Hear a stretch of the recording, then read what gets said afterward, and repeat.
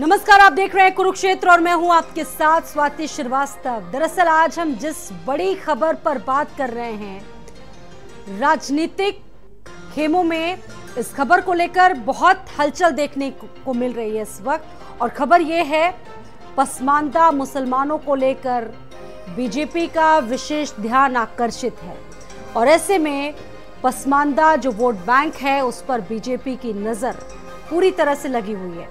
कुछ ही दिनों पहले, कुछ सालों पहले अगर हम फ्लैशबैक में चले जाएं तो ये कहा जाता था कि कहीं ना कहीं जो मुस्लिम वर्ग है वो कथित तौर पर बीजेपी को वोट देने से बचता है। लेकिन इन तमाम धारणाओं को तोड़ते हुए बीजेपी एक कदम आगे बढ़ रही है। इससे पहले भी आपने सुना होगा कुछ दिनों पहले कि प्रधानमंत्री नरेंद्र मोदी ने एक अपील की थी एक जनसभा के दौरान कि पसमानदा मुस्लिमों को शायद वो लाभ नहीं मिला है भारत जैसे देश में जिसकी उनको विशेष जरूरत है। इस पर कुछ रिएक्शंस भी आए हैं, आपको पहले वो रिएक्शन सुनवा देते हैं, उसके बाद इस चर्चा की शुरुआत करेंगे। सुनिए।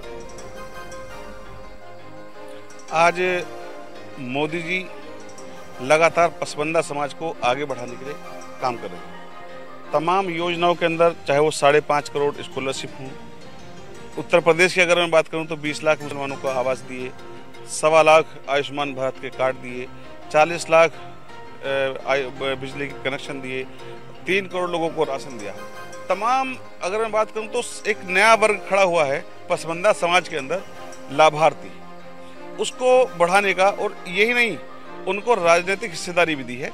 उसमें चाहे वो एकमात्र सांसद बनाए गए हों, वो गुज्जर बकवाल हैं, गुलाम अली खटाना या दानिश आजाद अंसारी हो, अशफाक सैफी हो, कैफुल वरा अंसारी हो, इफ्तिकार जावेद अंसारी हो, और तमाम ऐसे संगठनों में लोग बैठाए गए हैं जो अपने पसमानदा समाज का प्रतिनिधित्व करते हैं। बीजेपी कुछ चंद इस्लाम की नीतियों और शरीयत का विरोध करने वाले मुसलमानों को लेकर एक सम्मेलन कर रही है जिसको वो पसमानदा सम्मेलन के नाम से पुकार रहे हैं। आम मुसलमान हमेशा से बीजेपी की नीतियों के खिलाफ था, खिलाफ है, खिलाफ रहेगा। मैं समझता हूं कि बीजेपी सिर्फ भ्रम फैला रही है, मुसलमान उनके साथ ना थे, ना कभी जाएंगे। तो पसमानदा जो तबका है मुस्लिम समाज में सबसे वंचित तबका है और ऐसे वंचित तबके को सरकार की वो सभी योजनाएं और कहीं ना कहीं से उनकी तरफ एक विशेष आकर्षण मिले, इसके लिए कहा जा रहा है सरकार की तरफ से बहुत सारी जो घोषणाएं हुई उनको लेकर हुई। लेकिन कहीं ना कहीं बीजेपी की जो लुभाने की कोशिश है वो इतनी सरल भी नहीं होगी। हालांकि विधानसभा चुनाव में जाएं, उत्तर प्रदेश की अगर बात करें तो 8% वोट बैंक पसमानदा समाज का था जिसने बीजेपी को खुलकर वोट दिया।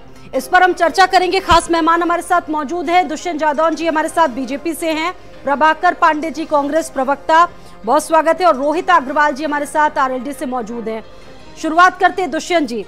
दुष्यंत जी, पसमानदा पसमानदा पसमानदा चारों तरफ इस वक्त हो रहा है। राजनीति की अगर बात की जाए, किस तरह का फ्रेमवर्क है इस वक्त पसमानदा जाति के लोगों के लिए आपके पास? और बड़ी बात यह है कि इससे पहले राजनीति में शब्द का जिक्र तक नहीं हुआ। दुष्यंत जादौन जी। नहीं शिवानी जी, स्वाति बोल रही देख रहे हो कि दुष्यंत जादौन जी, स्वाति बोल रही की सरकार बनी है, योगी जी की सरकार में स्वाति जी जब से सरकार बनी है तब से एक ही मूल मंत्र है, सबका साथ, सबका विकास और सबका विश्वास। उसी ध्येय पे हम चल रहे हैं। लोग जो कह रहे हैं कि मुस्लिम वोट नहीं करता, आप देखिए कि 8% वोट हमें उत्तर प्रदेश में चुनावों में मिला और लगभग CSGS एक संस्था है जिसने 2019 में भी सर्वे किया था जिसमें लगभग पूरे देश का मुस्लिम का 20% वोट हमें मिला था। तो जब हमें वोट दे रहे हैं और हम उनके विकास में कभी भी किसी तरह का ऐसा भेदभाव नहीं कर रहे हैं कि जिससे वो उनको अलग दिखे। हमेशा आप देखिए कि जितनी भी योजना सरकार की, केंद्र की हो या प्रदेश की हो, सारी योजनाओं में सारे लोगों की सहभागिता रही है। सच्चर कमेटी देख लीजिए, सच्चर कमेटी की रिपोर्ट के अनुसार मुसलमानों की स्थिति बहुत खराब है। तो कहीं पर भी पंडित दीनदयाल उपाध्याय जी कहते हैं अंत्योदय का जो हमारा जो लक्ष्य है लेके चलते हैं, उसमें गरीब से गरीब, चाहे दलित हो, हिंदू हो, मुस्लिम हो, सिख हो, ईसाई हो, सबके साथ हम एक तरह का व्यवहार कर रहे हैं और एक तरह से सारे लोगों को दशकों तक ये शब्द पूरी तरीके से वंचित था राजनीति में। अचानक अगर ये शब्द उठता है तो दुष्यंत जी सवाल तो पूछे जाएंगे। नहीं, सवाल पूछना अच्छा है, लेकिन आप देखिए जैसे विपक्ष को तो हर चीज पर नुक्ता कमियां निकालनी है हम लोग। विपक्ष तो इस पर कुछ कह ही नहीं रहा। हम हमेशा से सर्व समाज की राजनीति करते हैं, सर्व समाज को साथ लेते जी। नहीं, विपक्ष भी कह रहा है, क्यों नहीं कह रहा, असीम बकार जी कह रहे हैं कि कैसे मुसलमान लोग उनके साथ जाएंगे, वही एक ठेकेदार हैं। ये लोग चाहते ही नहीं है कि मुसलमानों का भला हो, उनको अच्छी शिक्षा मिले, अच्छा आगे बढ़ने का मौका मिले, वो चाहते ही नहीं। मुस्लिम को चाहते हैं वो गरीब रहे और उनके साथ वोट बैंक का उनका वोट बैंक बना रहे। लेकिन ये इन सरकार, हमारी सरकार में चलने वाला नहीं है। हमारी सरकार में सर्व समाज का हित है और सर्व समाज के साथ लेके चलने के लिए हम रहते हैं। वही हमारा लक्ष्य है और वही हमारी राजनीति है। बाकी लोग, विपक्ष के लोग, लेकिन बीते कुछ दौर की अगर बात की जाए दुष्यंत जी, थोड़ा फ्लैशबैक में आपको ले जाना चाहूंगी। कुछ पिछले महीनों में चले जाएं, कुछ ऐसी घटनाएं देश में हुई, कुछ ऐसे मामले सामने आए जहां पर सीधे तौर पर बीजेपी पर आरोप लगा कि एक विशेष समुदाय के प्रति बीजेपी का कोई खास लगाव नहीं है।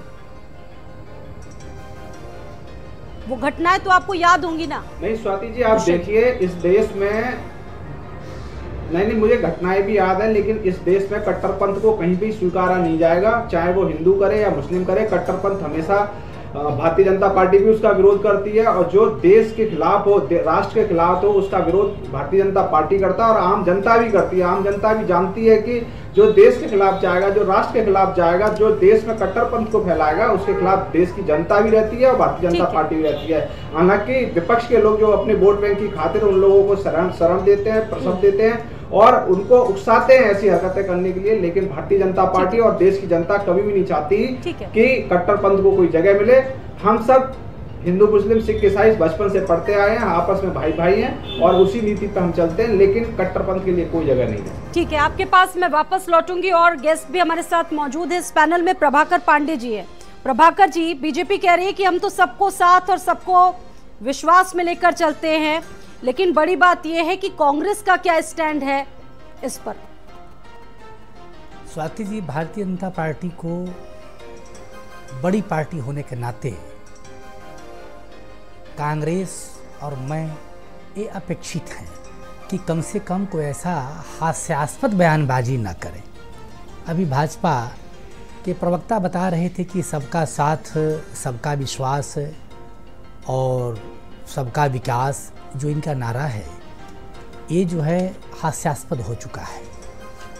अगर भाजपा के नेता से ये सुनने को मिल जाए किसी डिबेट में, किसी सार्वजनिक मंच से कि हिंदू, मुस्लिम, सिख, ईसाई हम सब हैं भाई भाई, तो फिर आपकी नीति ही उल्टी है।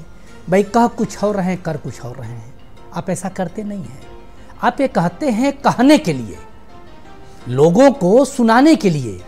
इसको जो है खुद श्रवणित नहीं करते हैं आप, न तो इसको आचरणित करते हैं, न तो मननित करते हैं, क्योंकि आपके सिद्धांत में है ही नहीं है, पहली बात। दूसरी बात क्या है कि अगर भारतीय जनता पार्टी का, भारतीय जनमानस का समग्र विकास है कि 150 करोड़ की आबादी में 100 करोड़ लोग भूखे रहते हों, अगर यह भारतीय जनता पार्टी का विकास है तो पूरे देश को मान्य है और कांग्रेस को मान्य है।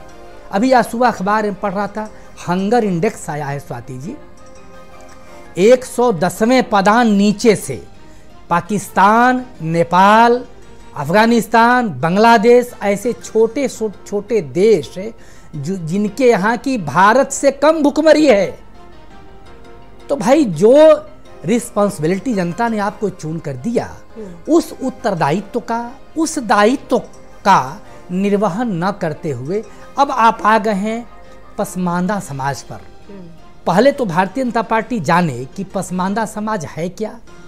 पसमानदा समाज के लिए सामाजिक न्याय की लड़ाई भाजपा लड़ने जा रही है। अरे उनके साथ सामाजिक न्याय कब नहीं हुआ, चाहे कांग्रेस गवर्नमेंट रही, चाहे विपक्षी गवर्नमेंट रही। जैसे इस प्रकार की पसमानदा समाज मुस्लिम समाज से दलित और ओबीसी को माना जाता है स्वाति जी, दलित ओबीसी होते हैं। अब यह भारतीय जनता पार्टी दिखाना चाह रही है कि मैं मुसलमान समाज का दलित और ओबीसी के प्रति हमारी वफादारी अपनी श्रेष्ठता को पार कर रही है। अरे भाई, जिस कौम की वकालत करते हैं, और एक कट्टर शब्द आपने कहा, जादौन जी क्षमा चाहता हूँ, भारतीय जनता पार्टी से कट्टर कौन होगा? कट्टर का पहले शाब्दिक अर्थ समझिए।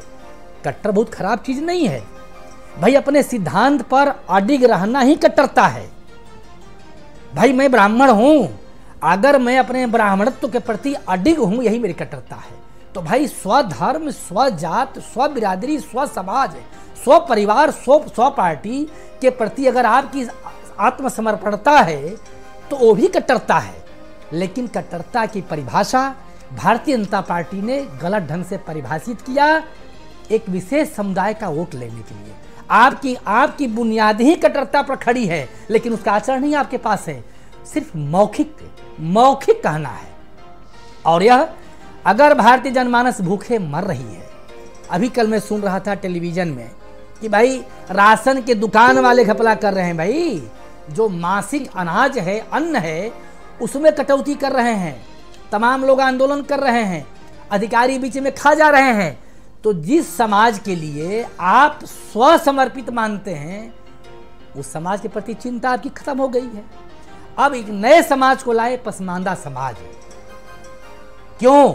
क्योंकि आप विभाजनकारी नीतियों के पुरोधा हैं और आपकी अग्रतरता, आपकी अग्रणीयता उसी में परिभाषित होती है कि अब मुसलमान वर्ग में से कैसे मैं पसमानदा समाज को, यानी कांग्रेस ये मांग करेगी कि जाति जो जनगणना है वो इनके लिए भी होनी चाहिए। स्वाति जी, सबसे बड़ी बात कि मंच पर कहते हैं भाई थोड़ी सी शर्म आनी चाहिए, इतनी बड़ी पार्टी आपकी है। भारतीय जनता पार्टी के नेताओं को शीर्ष हो, चाहे फर्श पर हो या अर्श पर हो, प्रवर हो, अधीनस्थ हो, अधीनस्थ हो, कनिष्ठ हो, उनको इस बात को स्वीकार करनी चाहिए कि कम से कम जो मैं बोल रहा हूं उसका 1% तो भी कहीं सही हो, कहीं चरितार्थ हो। आप जरा बता दें हमको, पसमानदा समाज के प्रति इतनी हमदर्दी कहां से हो गई? ठीक है, जिस समाज को साथ लेकर आप सत्तासीन हुए, क्या उस समाज के लोग भूखे नहीं मर रहे हैं? क्या उनका उत्थान हो चुका है? तो आप विभाजन आपका गुण है और सामंजस्य आपका दोष है। और देखिए प्रभाकर पांडे जी, आज एक बड़ा जो सम्मेलन है उत्तर प्रदेश के, देखिए लखनऊ में ही हो रहा है, बुद्धिजीवी सम्मेलन इसे कहा जा रहा है। सरकार के बड़े बड़े मंत्री, खुद डिप्टी सीएम वहां पर मौजूद है और कहीं ना कहीं वोट बैंक साधना बीजेपी की रणनीति में शुमार है। नहीं स्वाति जी, भारतीय जनता पार्टी के लिए बुद्धिजीवी कौन है? अगर भाई लोगों को बांटना, एक समुदाय में से ही कुछ लोगों को काट कर उनको एक समाज का दर्जा देते हुए उनके लिए कुछ घोषणा करना, क्रियान्वयन नहीं होना है। अगर यह बुद्धिजीविता है तो ऐसे बुद्धिजीवी को मेरी तरफ से बहुत साधुवाद और बधाई।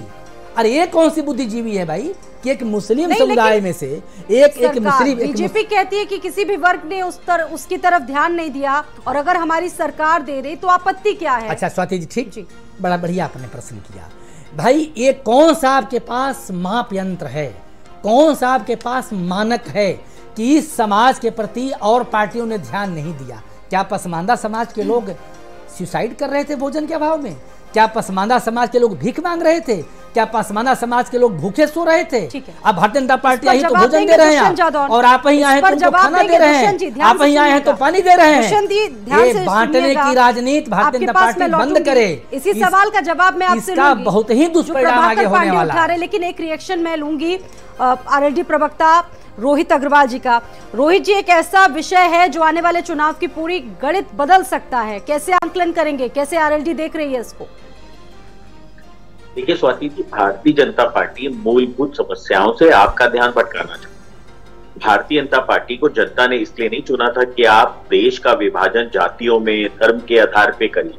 देखिए भारतीय जनता पार्टी ने निरंतर धर्म के आधार पे राजनीति करने का काम किया है और अब जब इनके धर्म के नाम पे राजनीति से जनता समझ चुकी है और उकता चुकी है, तब ये जातियों के नाम पे राजनीति को उतर रहे हैं। मुझे ये बताइए कि आप जातिगत सम्मेलन करते हो, उसके बाद आप कहते हो आप सबके साथ सबके विकास की बात करते हो, तो जातिगत सम्मेलन क्यों करते हो? आप पसमांडा की बात कर रहे हो, अंसारी, कुरैशी, है ना, इन सब की बात कौन करेगा? आप मुझे बताइए। अंसारी कुरैशी की बात आप नहीं करना चाहते हैं, मंसूरी, राइस, इन सब की बात आप नहीं करना चाहते हैं, क्यों नहीं करेंगे भाई? मुसलमानों में वो भी तो जातियां हैं ना। पर समस्या ये है कि मुसलमान अभी भी जातियों में नहीं बटा हुआ है, और भारतीय जनता पार्टी ये चाहती है कि मुसलमान को भी जातिगत आधार पे उलझाने का काम करे। देखिए, आप मूलभूत समस्याओं को अटेंड नहीं करते। आप जैसे अब हंगर इंडेक्स पे आप बात नहीं करना चाहोगे, जब आपसे हम बात करेंगे कि साहब विकास कहाँ है तो आप उस पर बात नहीं करना चाहोगे। गिरते हुए रुपए की कीमत पे जब आपसे बात की जाएगी तो आप कहोगे रुपए थोड़ी ना गिर रहा है, डॉलर मजबूत हो रहा है। ये आपकी सोच है, वित्त मंत्री की ये सोच है कि वो कह रहे हैं कि साहब रुपया नहीं गिर रहा है, डॉलर मजबूत हो रहा है।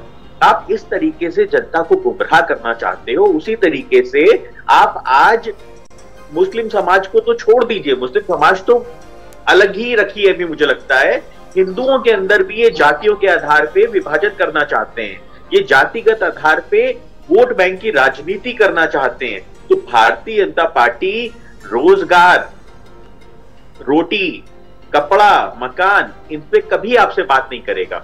वो जब भी आप इनसे बात करेंगे वो धर्म के नाम पे बात करेगा, जातियों के नाम पे बात करेगा, मंदिर मस्जिद के नाम पे बात करेगा। पर जनता चाहती है राशन पे बात करो, रोटी पे बात करो, जनता चाहती है पेट्रोल की बढ़ती हुई कीमत पे बात करो, जनता चाहती है रसोई गैस की कीमत पे बात करो, गिरते हुए हिंदुस्तान की 60 रुपए की कीमत जो गिर रही है उस पे बात करो। पर भारतीय जनता पार्टी जनता को गुमराह करके और इवेंट मैनेजमेंट में मस्त रहना चाहती है। देखिए, भारतीय जनता पार्टी ने जिस तरीके से देश को बर्बादी की ओर ले जाने का काम किया है, उसकी एक झलक हमने अभी कल देखा था, जब 37 लाख स्टूडेंट्स कुछ पदों के लिए फॉर्म भरते हैं और आपने देखा किस तरीके से वो अपनी जान की बाजी लगा के सेंटर तक पहुंचने का काम करते हैं। ट्रेनों के अंदर किस तरीके से ओवरलोडिंग हुई है, बसों के अंदर किस तरीके से ओवरलोडिंग हुई है। मुझे लगता है कि अगर जरा सी कोई गलती हो जाती तो ना जाने कितने हजार स्टूडेंट्स की जान चली जाती। तो इस पे भारतीय जनता पार्टी बिल्कुल बात नहीं करना चाहती।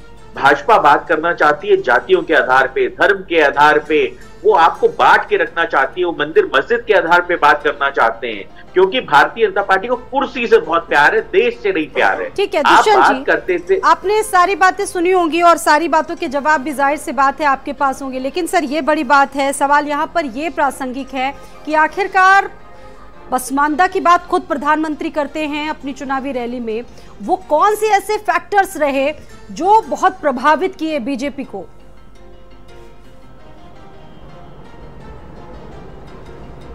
पहले स्वाति जी, मैं हंगर इंडेक्स की बात करना चाहूंगा, जिस तरह से आदरणीय प्रभाकर जी और दोनों की ही बात का आपको जवाब देना होगा दुष्यंत जी।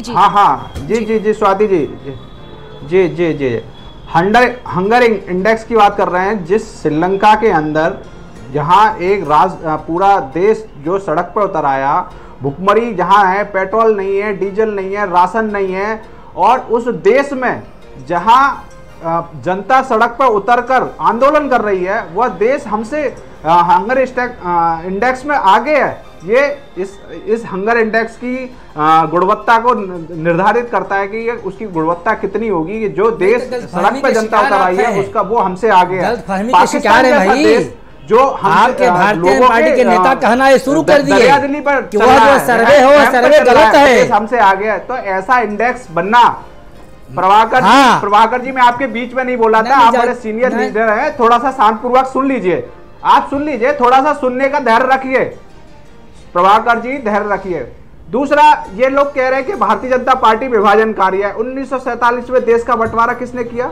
धर्म के आधार पर किसने देश का बंटवारा किया? मैं प्रभाकर पांडे जी से पूछना चाहता हूं, 1947 में देश का धर्म के आधार पर बंटवारा किसने किया? तब तो भारतीय जनता पार्टी नहीं थी।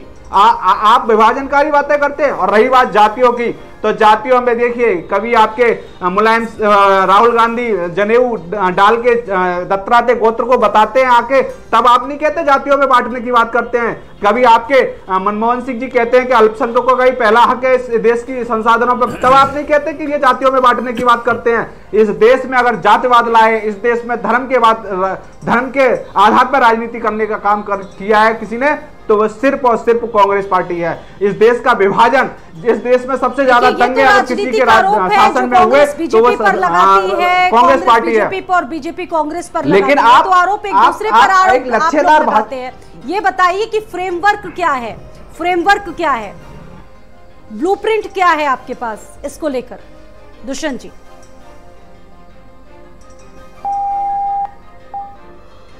उनकी आवाज शायद कट गई। प्रभाकर पांडे जी कंप्लीट कीजिए। अभी स्वाति जी भाजपा के प्रवक्ता बता रहे थे कि श्रीलंका एक कितनी दुर्दिन स्थिति है, उसके बाद भी कैसे भारत से आगे हो गया हंगर इंडेक्स में। अरे भाई अपने जो मेन टॉपिक है, नहीं प्रभाकर जी, मेन टॉपिक हमारा पसंदीदा है। स्वाति जी सुनिए, जवाब दे दूं इनका।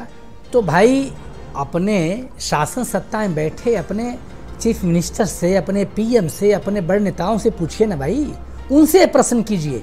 जो आपकी आईटी सेल सोशल मीडिया पर कोई फर्जी संस्था बना के सर्वे करके जो रिपोर्ट आती है वो भारतीय जनता पार्टी है कि पार्टी कहती है कि अरे वाह क्या बढ़िया रिपोर्ट। और जो कोई रिनाउंड और कोई जो है लोकप्रिय संस्था कोई अगर सर्वे कर देती है तो उस पर आप जो है उस पर आक्षेप और टिप्पणी करते हैं। संस्था का नाम बता दीजिए, लोकप्रिय है तो संस्था का नाम बता दीजिए।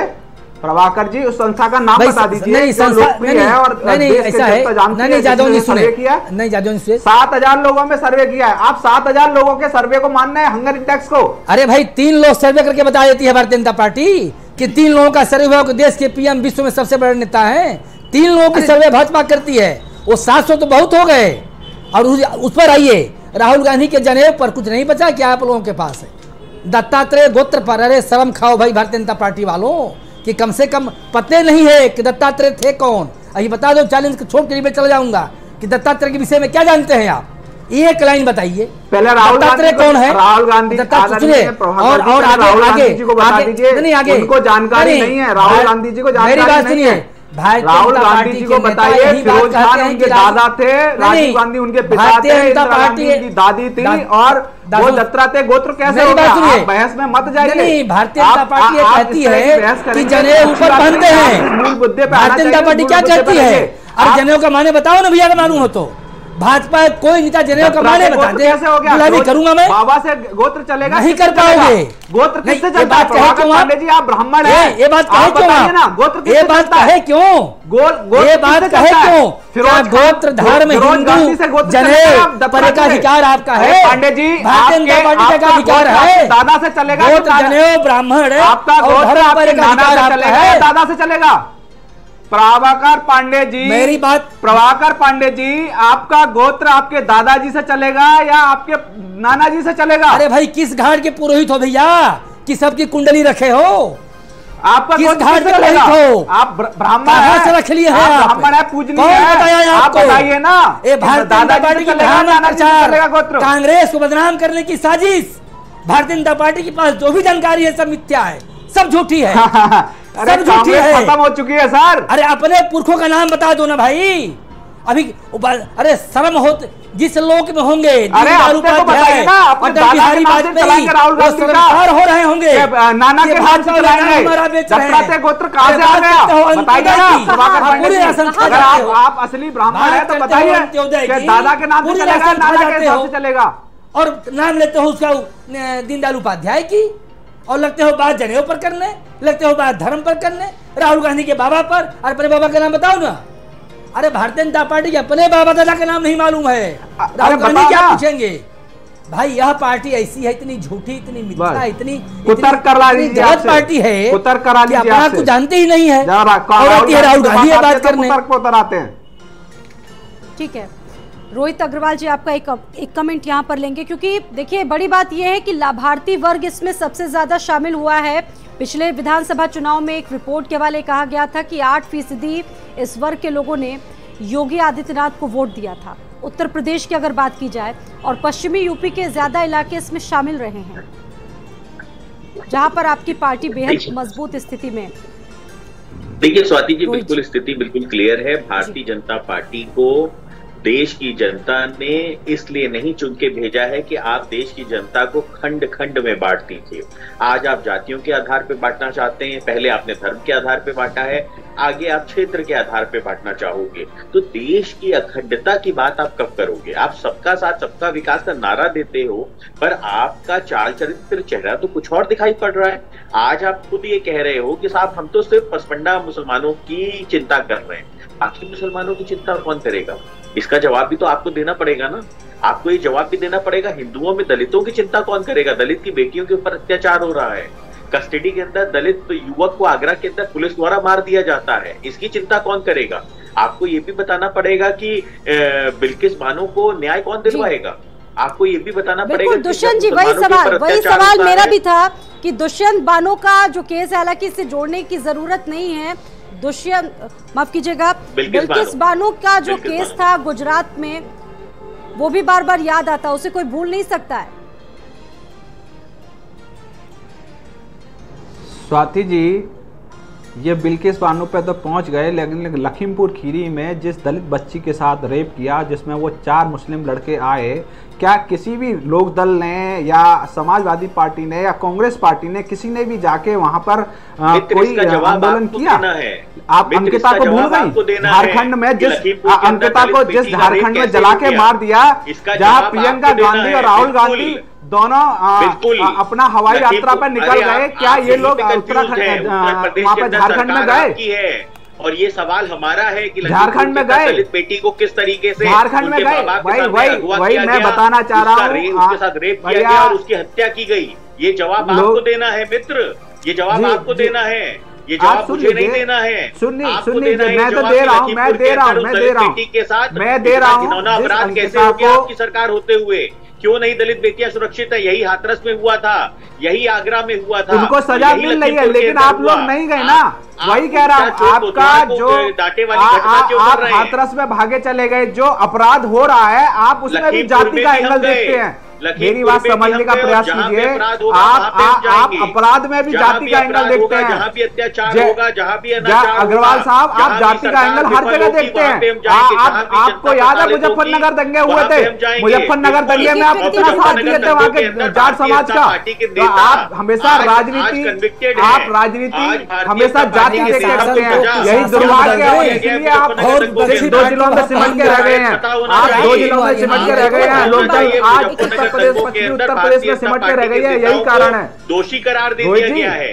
अब आपको रोहित जी, मुजफ्फरनगर दंगे में आपकी स्थिति देखी गई थी, इसलिए आप 2-3 जिलों में सिमट के रह गए। दुष्यंत जी सुन लीजिए, पहले अपने ऊपर लगे आरोपों को सुन लीजिए, फिर बेहतर तरीके से आप जवाब दे पाएंगे। दुष्यंत जी पहले सुन लीजिए, विपक्षी लोगों की बात सुन लीजिए, उसके बाद बेहतर तरीके से आप जवाब दे पाएंगे। मुझे लगता है दुष्यंत जी मैं को शायद सुन रहा हूँ, मैं ये कह रहा हूँ, मुजफ्फरनगर इस देश में जहाँ राजनीति करनी है, ये अपराध में भी जात देखते हैं, ये अपराध में भी धर्म देखते हैं। इस तरह की राजनीति नहीं होती है, देश की जनता समझती है। आप अपराध में भी जाति और धर्म देख के काम करेंगे। आप अगर मुस्लिम अपराधी है तो आप जाएंगे नहीं, और हिंदू अपराधी है तो आप लेके चल देंगे। भैया सबके साथ सबका एक जैसा व्यवहार रखिए ना। देखिए, ये तो क्लियर हो गया है कि मुस्लिम समुदाय में कैसे अपनी पैठ बढ़ाई जाए, कैसे सेंध लगाई जाए, ये तो आपकी अहम रणनीति का हिस्सा है, रोड मैप हो चुका है, ब्लूप्रिंट भी आपने इसका बता दिया कि क्या कुछ होगा, रणनीतियां क्या होगी, क्या काम किए जाएंगे इनके लिए, ये भी बता दीजिए दुष्यंत जी।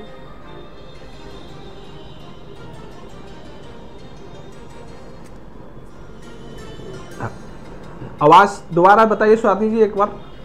दुष्यंत जी, यही सवाल है कि लगातार देखिए बीजेपी कोशिश कर रही है इस वोट बैंक को साधने के लिए, लेकिन क्या काम किए जाएंगे इनके लिए? नहीं, स्पेशली इनके लिए कोई काम नहीं किया जाएगा, वो तो पूरे प्रदेश के लिए काम किया जाएगा। कोई काम नहीं किया जाएगा, हम तो कह रहे कोई काम नहीं किया जाएगा। प्रदेश की जनता, 22 करोड़ जनता जो प्रदेश की है, उसके साथ काम किया जाएगा। लेकिन ध्यान भटकाने के लिए हम तो एक्सेप्ट कर रहे हैं भाई साहब, कुछ काम नहीं किया जाएगा, कर रहे हैं, बिल्कुल कोई काम नहीं किया जाएगा। आपके जो शब्द है वो बिल्कुल आपके दिमाग से आपने मौका दे दिया विपक्षी लोगों को बोलने का, मौका दे दिया, कोई काम नहीं किया जाएगा। आप बिल्कुल नहीं, मैं बोलूंगा तो आप लोग सुनेंगे। अरे भाई सुन लीजिए, इस प्रदेश में 22 करोड़ जनता है, सबके साथ न्याय किया जाएगा, सबका साथ सबका विश्वास की बात कर रहा हूँ मैं। आपने बात पकड़ ली लेकिन आप हंसने लगे, लेकिन मेरी बात को पूरा होने तो दीजिए। आप मेरी बात पूरा होने नहीं। एक सवाल मेरा है, ये बताइए इस समय बीजेपी की सरकार है, देखिए उत्तर प्रदेश जैसे बड़े राज्य में भी आपकी बीजेपी की सरकार है, बस बांट देंगे बस राज करें कि मुसलमान में दो ब्रेक यहाँ ले रहे हैं, ब्रेक के उस पार भी इस पर हमारी चर्चा लगातार खास ये रहेगी। और सवाल ये रहेगा कि देखिए बीजेपी की सरकार देश और प्रदेश दोनों में ही है, लेकिन बड़ी बात यह है कि मुस्लिम समाज का कोई भी ऐसा व्यक्ति क्यों प्रतिनिधित्व नहीं कर रहा है। इस सवाल के साथ रुक रहे एक छोटे से ब्रेक के लिए, जल्द लौटेंगे।